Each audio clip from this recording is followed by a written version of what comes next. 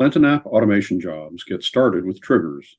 In this deep dive, we cover all of the standard automation triggers that Plant App offers, then introduce how a pro coder can take triggers to the next level. So the focus for all of today is going to be about automations. And so what are automations? They have settings, they have triggers, they have actions, they have on error. And so just for those of you who might who need to know, automation is located here on the Plant App menu. And when you get there, you have a list of jobs. So automations are things that run automatically for you at the appropriate time, and can also be triggered individually. You can start them when you want, but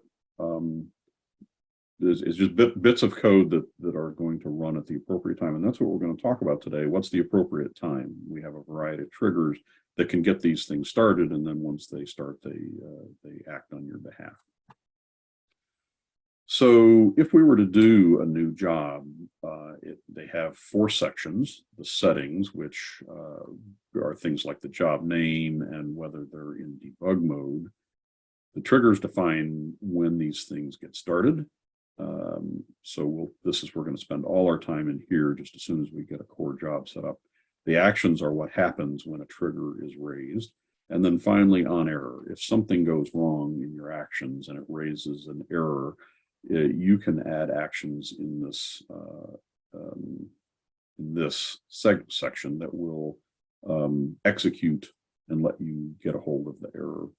And I'll just point out that this hover shows you exactly what kinds of things are available to you. So, for example, the action name and the description and the error message and stack trace, all the different things that might be of interest on an error. This tells you what's available to you, so you can log them or email them or whatever you need to do. Okay, so we're going to create, I'm going to bounce back and forth here. We are going to focus on triggers, but we're going to start by setting up a job that's just going to demonstrate that automation works and what you get out of debug mode. So we've got a new job, and this is going to be Low Code Cafe 105 triggers. Doesn't matter what we call it, but we give it a name. It's going to operate in the context of our portal. This defaults to the right portal. You don't usually have to select something here. And if you needed it to act as if it were a particular user, this is you could put a user ID or a number here, and it would act. Anything that took it's the equivalent of doing a load user that we were just talking about. It will allow you to act as if you were a different user. But I am going to turn on debug mode because we're going to see what information we're going to get, extra information in the job history.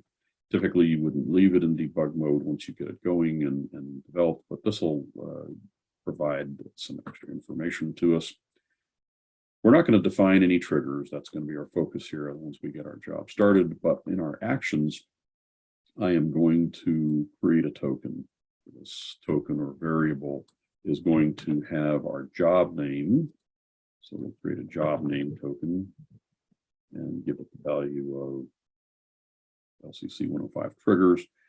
And then we are going to, as our next action, we are going to log to an event.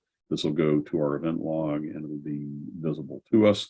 And so the properties that we're going to add to this is just, we're going to send out our job name into the log. And so we'll do this.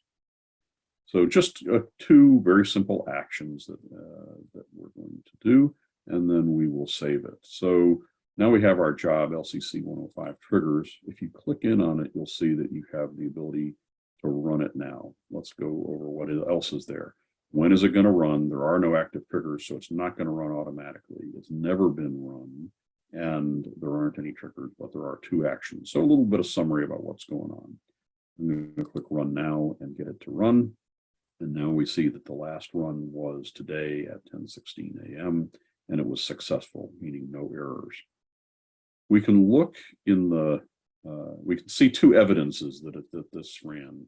One is that we look in the history, we have a history entity, we can click in on it, open it up, and we get a little bit of information. One of the things that we get out of it is the final state of all the context variables. So the fact that we created a job name variable, we can see that its final state had the value of LCC 105 triggers. So that can be useful from a debugging standpoint.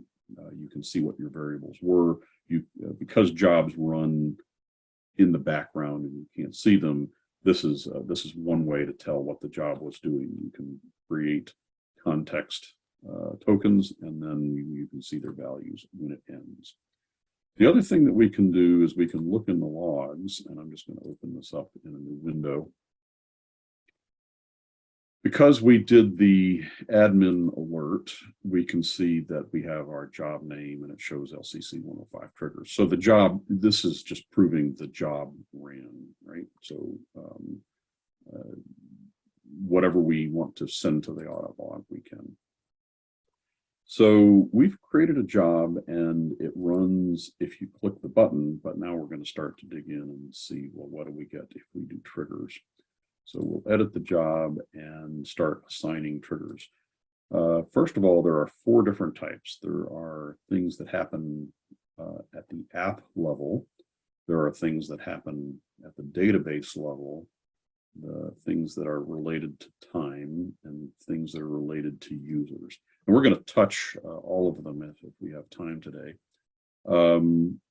But the first one we're going to do a very simple one that is a one-time trigger. You want to set up something to happen. You set up a job and you want it to happen once. You want it to happen at a very particular date and time, and so you can set it. One of the main things to look at is that this is always specified in UTC time. So you need to be thinking in terms of what your UTC time is. You can look, my offset I know is 5 hours. So we'll be doing an example today. I'm going to actually set this up to run at, since my offset is 5 hours, it's actually 3 in the afternoon is when I need to set this up to run. So I'm going to set this up to run at 3:20 p.m. And if I'm 3:20 p.m. And so by creating this and saving it, we can now open this up and take a look. It's going to run, it says the next run is, it's translated it now to my current time zone. So 10:20, when this hits 10:20, it's actually going to run. And we can actually see that it's the last run has now changed to 10:20. It ran very quickly in 0.03 of a second, and it has no next run scheduled. That's what a one-time trigger does. You can specify a time and you can see it. Now, again, getting back into proof, did it really run? We can look at the history, see we've got another thing that happened exactly at 10:20.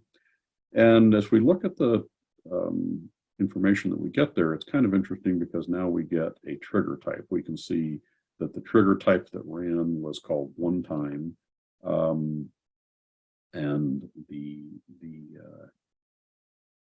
the current action is number 52. So this is again information that you get because we have debugging turned on. And so if we go back to our job and edit, we're going to be going back and forth a lot today. We can see, for example, that the last action was number 52. So it's telling you that current actions, which was the last one that was running when we were debugging. But we could add as part of our output this trigger type. That's going to be the name of it, but we're also going to pass the value of it into our log event. And so if we wanted our log to represent to include that information, we could include it. Now, again, since it's set up as a one-time trigger, we're gonna do a little bit of time math here. We want it to be today and at 22 after the hour. So we'll just set this up to 22 and save. And so when we roll around to 10:22 on the clock, this thing should run. So we've got a next run time set here, and we can wait a second, and there it goes. So it runs, and it's one time it sets up no next run. And now we can demonstrate if we look in the log. We have another admin alert. And so we can see now we've got the job name and the trigger type of one time. So good information, getting it to run. And so we've explored the first type of trigger, first type of time trigger, or one-time trigger.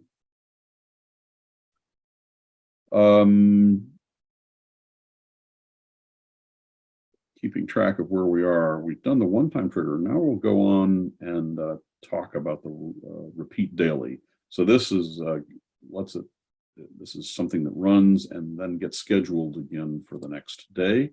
So if we edit our trigger, we'll delete out this one and add a different time trigger, the repeat daily one. We can set it up to run at a particular time. Again, UTC time. So we have to adjust this for our current. Let's say that we'll do this at 10. Excuse me. I remember my offset here, 3:25 p.m. And we want it to run Monday through Friday, so we can set that and save. And so if we were now to look ahead, it says this thing last ran, and we can see that it ran at 10:22. That's because of our other trigger, but now it's set up to run at 10:25 UTC. And it's set up for today. So that would run if we let it go. We're not. I'm going to adjust it a little bit and say that I really only want to run on Saturdays. So still keeping this same time, but Saturdays. So now if we look at the trigger, we can see that its next run is set for the 20th at 10:25 local time here. And so that then after it ran, it would advance and it would show that the next would run once a week. So this is a good trigger if you have something that you want to run one time a day at a specific time, and you can pick the days, or you can pick all of the days. So you can run every day or just Tuesdays or whatever you like. So that's pretty straightforward trigger. Let's look at another one. If we, sticking in the time, there is repeat on interval. So the repeat on interval runs, and then it's scheduled again for that same interval again. So we could, if we wanted to do something every 15 seconds, we could say 15 seconds, minutes, hours, days. So we could say that we want this every 15 seconds, and it's going to run. So we save this. Take a look at it again, and now we see it's scheduled for 10:25 at 15 seconds, and then it ran at that time, and now it's scheduled for 30. So it'll just keep going on and on every 15 seconds. So this would be a good trigger to use if you want to do something twice a day. You could set it up for every 12 hours, starting at a particular time. You can, again, looking at the parameters for this, you can specify how many seconds, minutes, hours, or days. So every 3 days you could run something. So it gives you it automatically it runs, and then it schedules the next one to go. So let's go on to this last time trigger, this cron advanced. And this is this part where if you need something that isn't covered by any of the others, you can dig in and learn about cron and do it. So for example, this one, this very specific one expression, gives you every 5 minutes in the 10 a.m. Central Time during the 10 o'clock hour. But so this would be, it would run 12 times in the every 5 minutes in the 10 o'clock hour, and then quit, and then wait until the next day. So that's kind of a cool thing to be able to express that far more advanced. So let's put that one in. This is the cron trigger advanced. It needs an expression. We put that expression in, And I'll show you these expressions. We'll link out to this expression syntax, actually. We'll do that. So we'll dig into that in just a second. But I'm going to save this and see. Again, we can see when it's scheduled to run. It's when it's scheduled to run now at 10:30 today, and that's because it's every five minutes. So we're at 10:27. It's just set up to run in the future. So let's see the kinds of things that you can do. This this link that's again comes out of our documentation and points to this court scheduler. Shows that you can specify seconds, minutes, hours, a day of the month, particular month, day of the week. So lots of special values, and it tells you how to do this. But then down at the bottom here, it has a bunch of handy examples. So you could fire this trigger at 10:15, the last day of the month, or the second to the last day of the month. So if you had a very specific business case where you're trying to do something at the beginning of the month or the end of the month, or on the last Friday of the month, first Monday of the month, it gives you the ability to set that up and let it run. So very handy, a little bit more cryptic syntax, but it's the cron syntax. So take a look at that. You need one of those extended methods. Okay, so that's gotten us through the ones that are based on time. Run it once, every day, every period of time, or some very advanced expression. Let's take a look at app events. So there's several different of these, and they fall into a number of categories. The first one is when the app starts or ends. So the DNN platform can go to sleep or be restarted. And so when that happens, you can either schedule something to happen every time it gets started up, or every time it's going to go to sleep. And so this app start, app end covers that possibility. And so we'll look at those. There's also when it's idle, if the CPU is quiet, you want it to do stuff. So this would be a great to define something that's lazy, only happening when your site is not busy. You can define one for when an error occurs, and then you can define one every time somebody does a request on your website. It's a pretty specialized case, but if you need it, you can do it. So let's work through a couple of these. So first, we'll edit our same job that we've been doing and disable this Cron Trigger.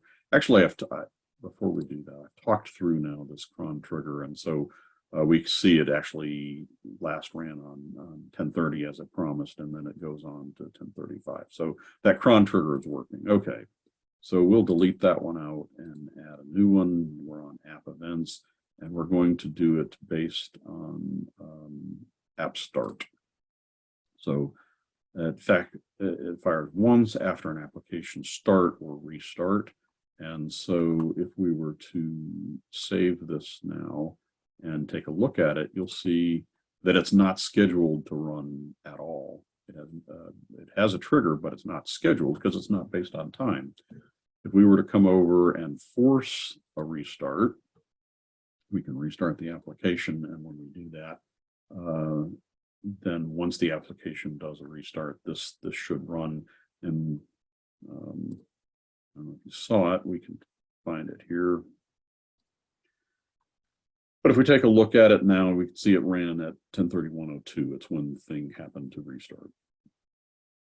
And so every time that the app restarts or starts up to the first place, it does something. So this would be the kind of thing that would be good if you wanted to, for example, force a token to have a value.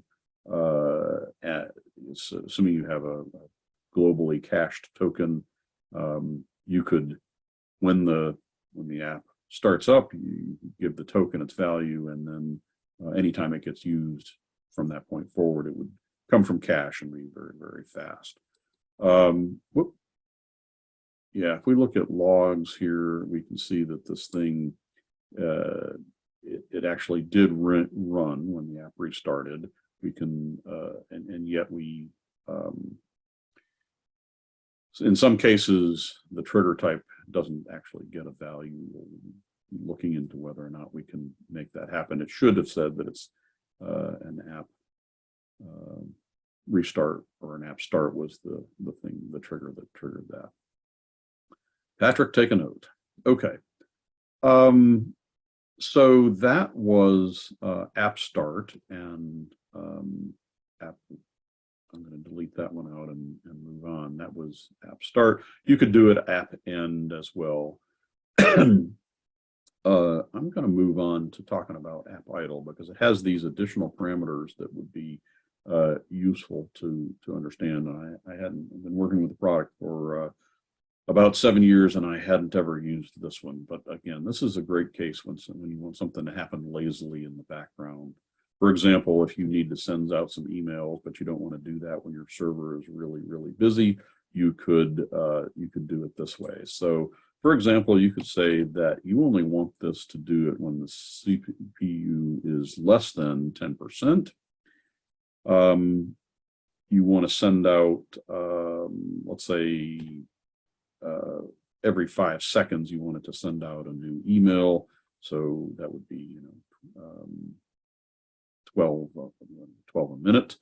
But you really don't want it to be sending anything out if the CPU is busier than that. So you could say that every 300 seconds, it'll do one. Every 5 minutes, you'll send out one email if the CPU is busy, but it'll do one every 5 seconds if it's not busy. So that's a nice way to be able to express that. If we save it and take a look, we can see whether or not our CPU meets the threshold.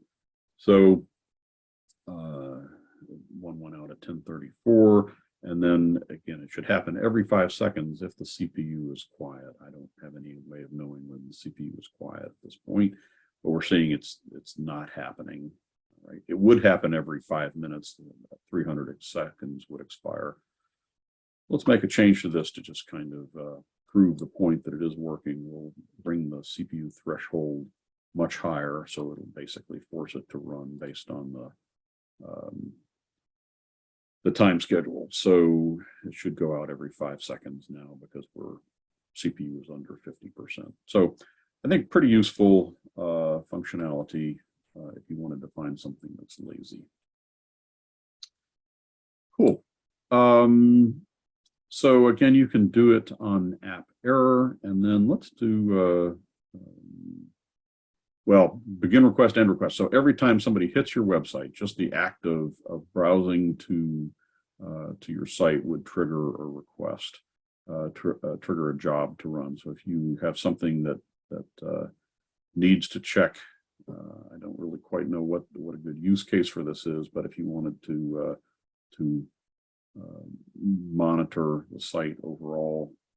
And every time somebody's doing something, maybe you're just measuring hits, I don't know, but that would be a way to do that. It would be a very intensive one, so you want to use that one sparingly for just the right case. So with that, we can move on to database triggers. These are fun.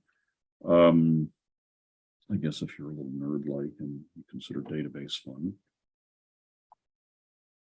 So this is every time you do something in the database, you can trigger a job to run. So for example, every time you get a new customer, you can do something. Or every time your customer changes, or if somebody deletes a customer, maybe you want to make a record of that. So we can work with these.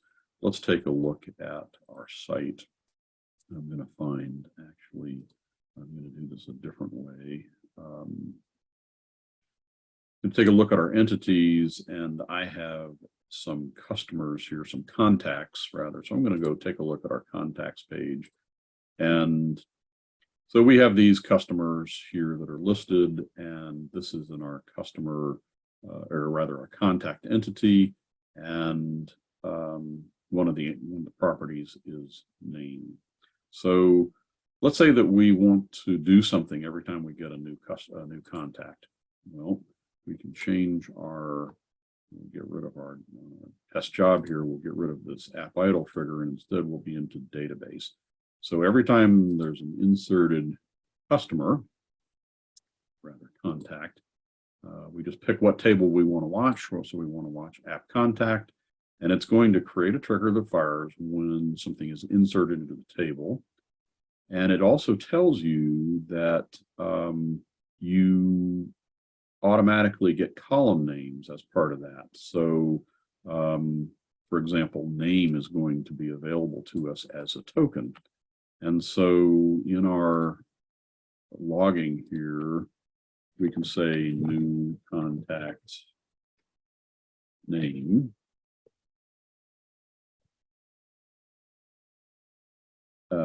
Just whatever we want to put into the log. But the idea here is now this trigger is going to run when we have a new contact, and it's going to put them into the log. You could do anything. You could send a welcome email or whatever it is that you like. So if I add one, and this is going to be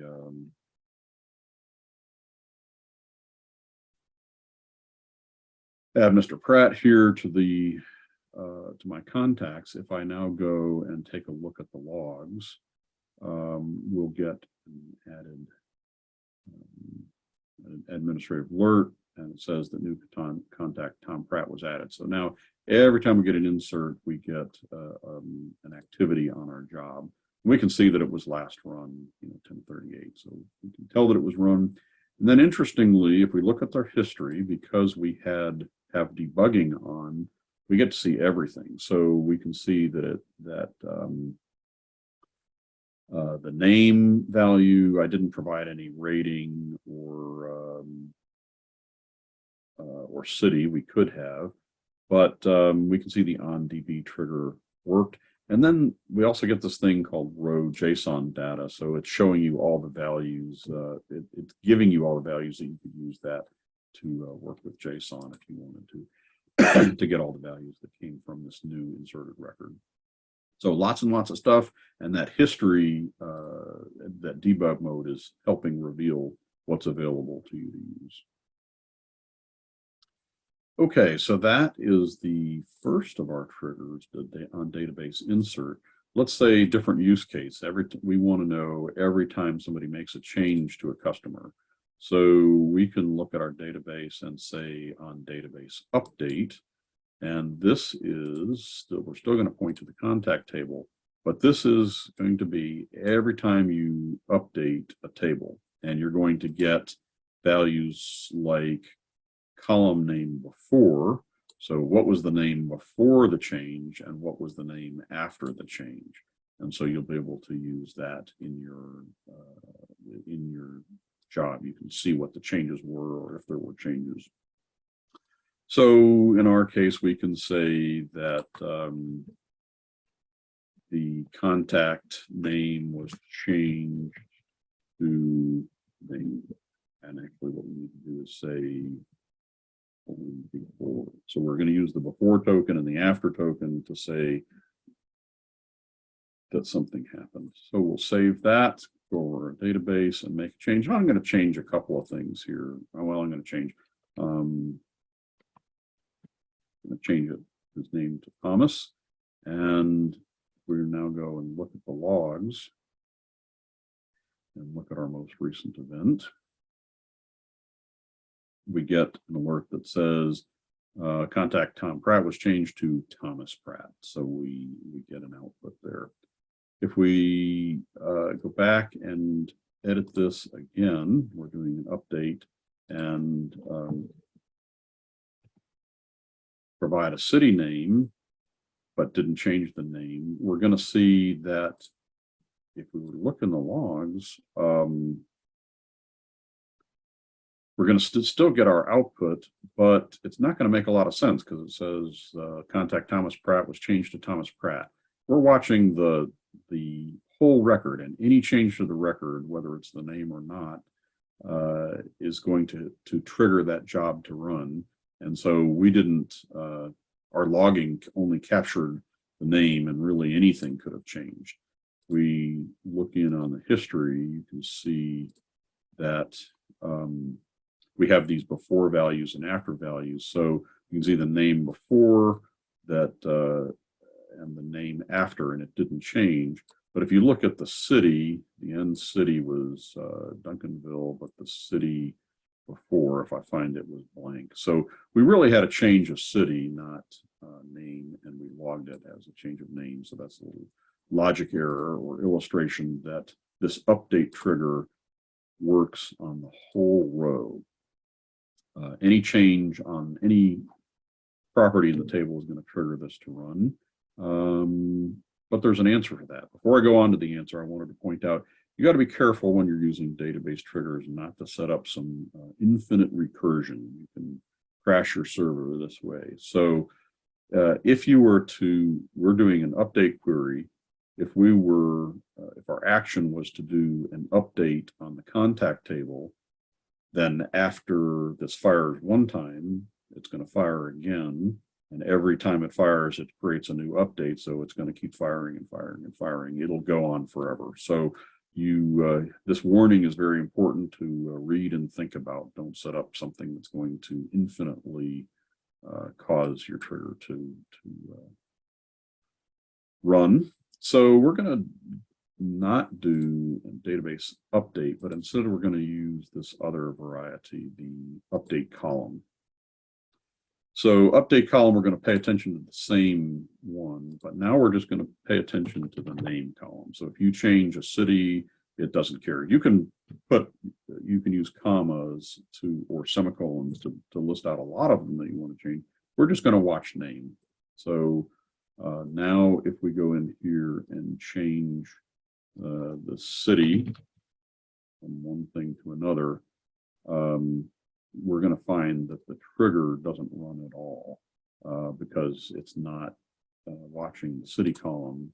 And so if we look at this, we can see, wanted logs, sorry. We didn't get any change on that one to pay attention to, but if we go in and change the name, then it will fire. And so now we look at the logs and see that the name was changed. So it's a way to watch one or more columns. And again, that same rule applies. You don't want it to, something that's changing the name to also change the name again, because it will fire forever. Okay, with that, I am going to fast forward through the remainder of the triggers just so that you know that they're there. But I hope I've inspired you to look in on other triggers. And then we'll go to part two. Bogdan is going to jump in here in a second. So we covered on our database triggers, we covered all of the ones. We covered insert, update of a column, and delete is all the same. It's the same idea that when you can capture the delete of something and you get the value before it's deleted. So if you, after something gets deleted, you could write something in the log, for example, to say that contact XYZ was deleted, or you could send a final email, your contact information has been deleted from our system, that kind of thing. So it gives you lots and lots of options. I'm going to remove these, and then we can just talk about the last type, which is the user. So there's the ability to capture when a user got created, when they logged into the system, when they if they were to come in through an auto login, those events are all captured, and you'll see that it tells you can use the user colon, so user ID, user name, all the various tokens that are available to you to do something with, for example, when a user logs on. So we've covered database. We've talked about user login, auto login created. And so now we go on to the two other types. If you were to install our email sync add-on, you would get the ability to check, to do something every time a new mail comes in through IMAP. So sometimes adding on and to installing an add-on will give you more trigger types. Trigger types can be defined, and this is where I'm going to ask Bogdan to jump in and show off. There's an architecture that lets you to do this, to add custom trigger types. And so today he's going to show you the architecture, and then we're going to talk about some different kinds of triggers that we could build. And I think next week we'll take on building one of them. So we'll touch on that at the very end. So I'm going to stop and let you jump in and sure. Thanks. Show off this architecture. Sure. I will share my screen.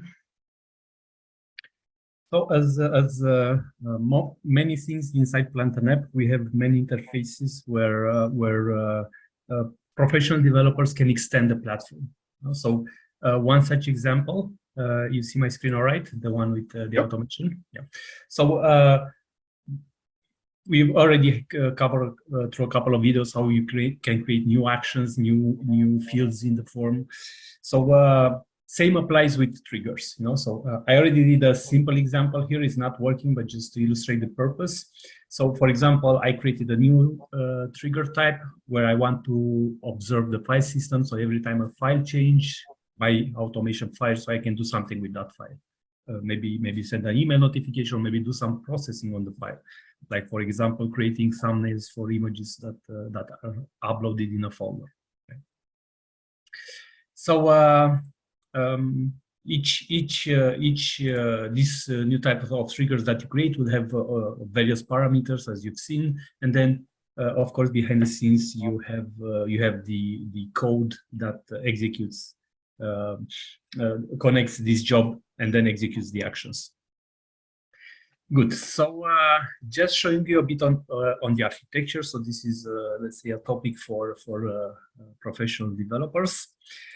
So the architecture is quite simple. We have an interface that defines the trigger type, and that interface is responsible of running a trigger. So when Dale showed us earlier that, for example, he was doing the application events, right? So the application events is we call it a service or a trigger type, that implements this interface.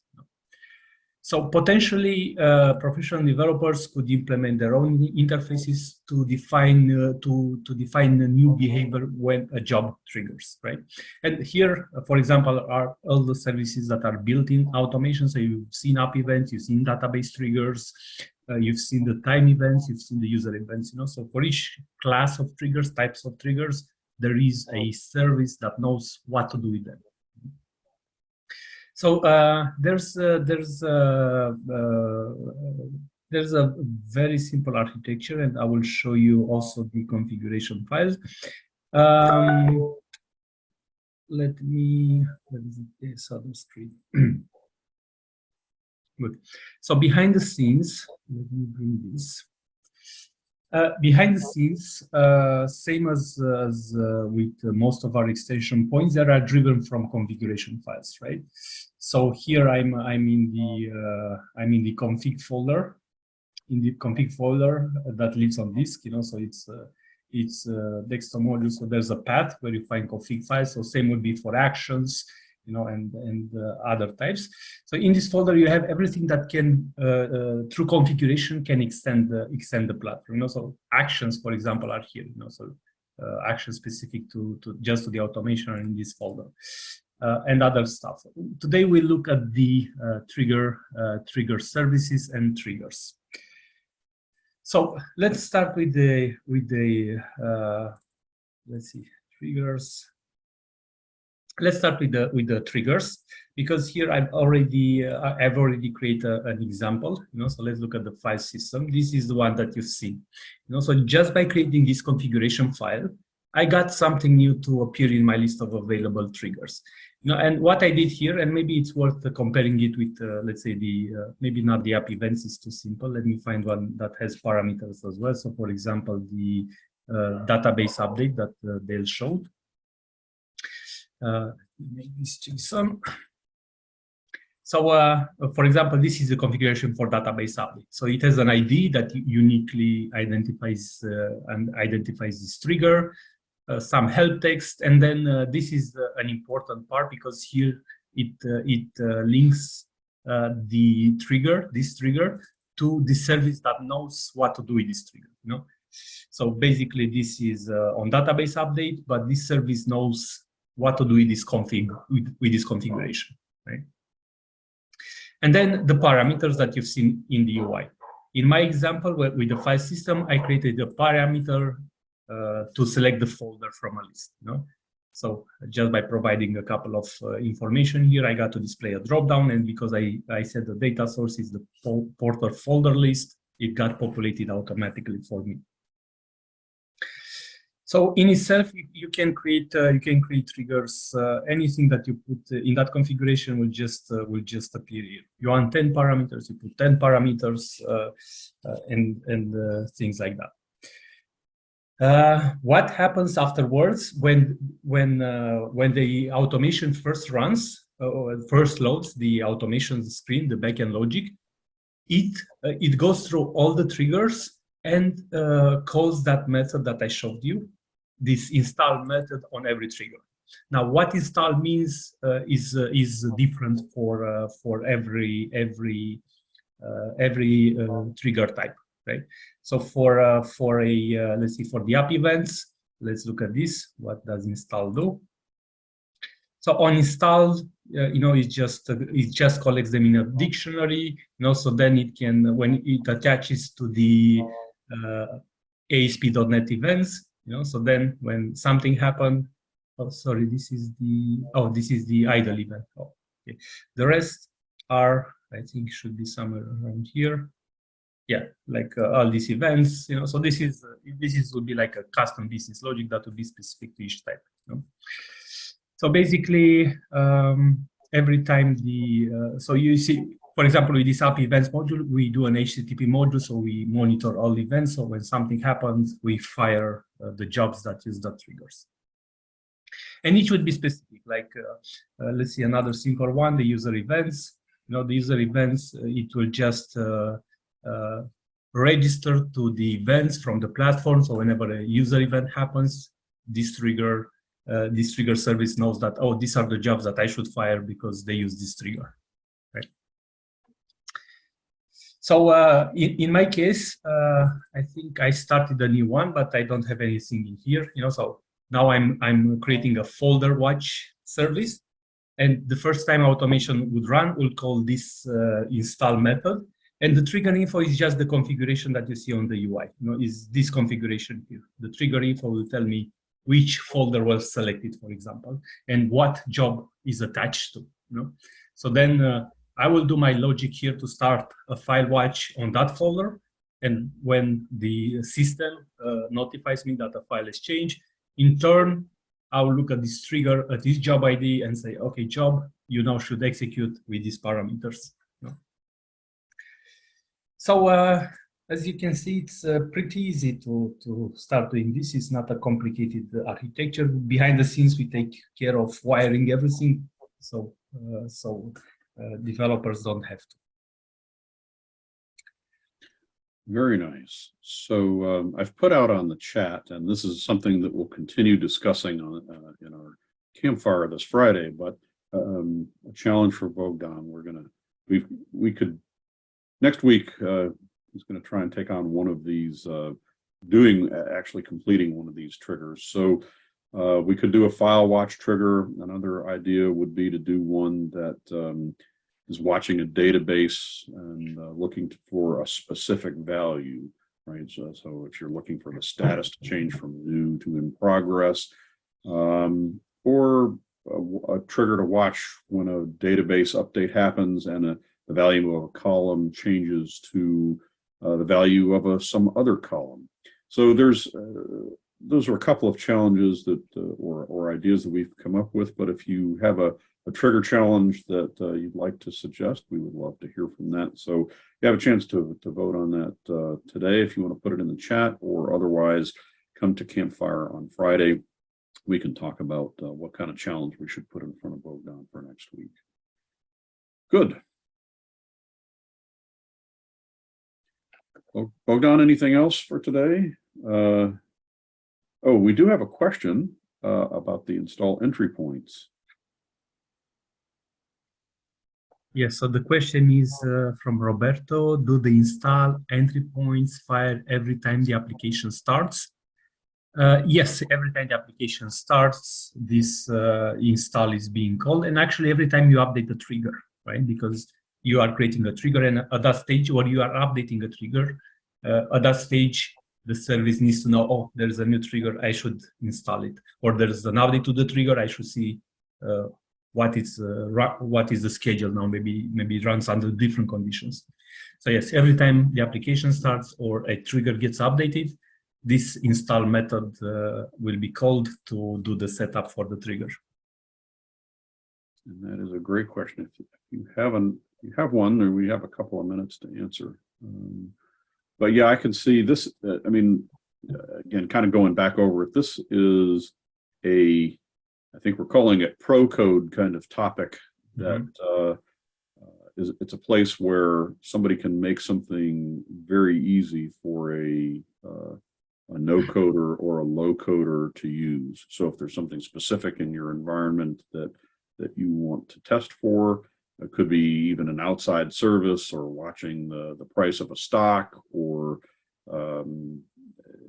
really the imagination is the limit. But we can put those into place, and then a less experienced developer, or not a professional coder, could consume that.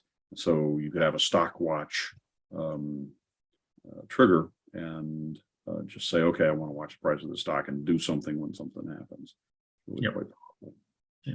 And what I forgot to show, probably the most important thing that wires everything. So this is letting Plant and App know that there is a service with this ID that is called application events, and you saw this ID is matched with the trigger, and is this type implementation. So that's how Plant and App knows at runtime, if you create a new trigger of type of file system that I created, it will know to call this class to initialize, to do the install and uninstall. So this is like the magic place where everything gets connected, the service configuration plan. And as you pointed out, that kind of matches up with the pattern that we see, for example, in installing new actions. Same kind of pattern. Very good. Yeah. And the nice thing, I mean, we also went the extra mile to make this very, very simple, even for professional developers, because the implementation is straightforward. Just implement an interface, and all the code lives here, or other classes that you want to create. And the config file lives on this, and that's it. Everything else, it's the developer's decision what to do. I know we've had been part of a discussion with a professional coder that's outside of Plant and App that's looked at this and said, okay, this is cool. This is exactly how I would have designed it if I were designing a system. So, I say that as not a professional developer, not as a pro coder, that those that see it say, yep, I can work with this. This deep dive has covered a wide variety of triggers that come standard with Plant and App. You've also seen that professional developers can create custom triggers that can be used by low coders to activate their automation jobs.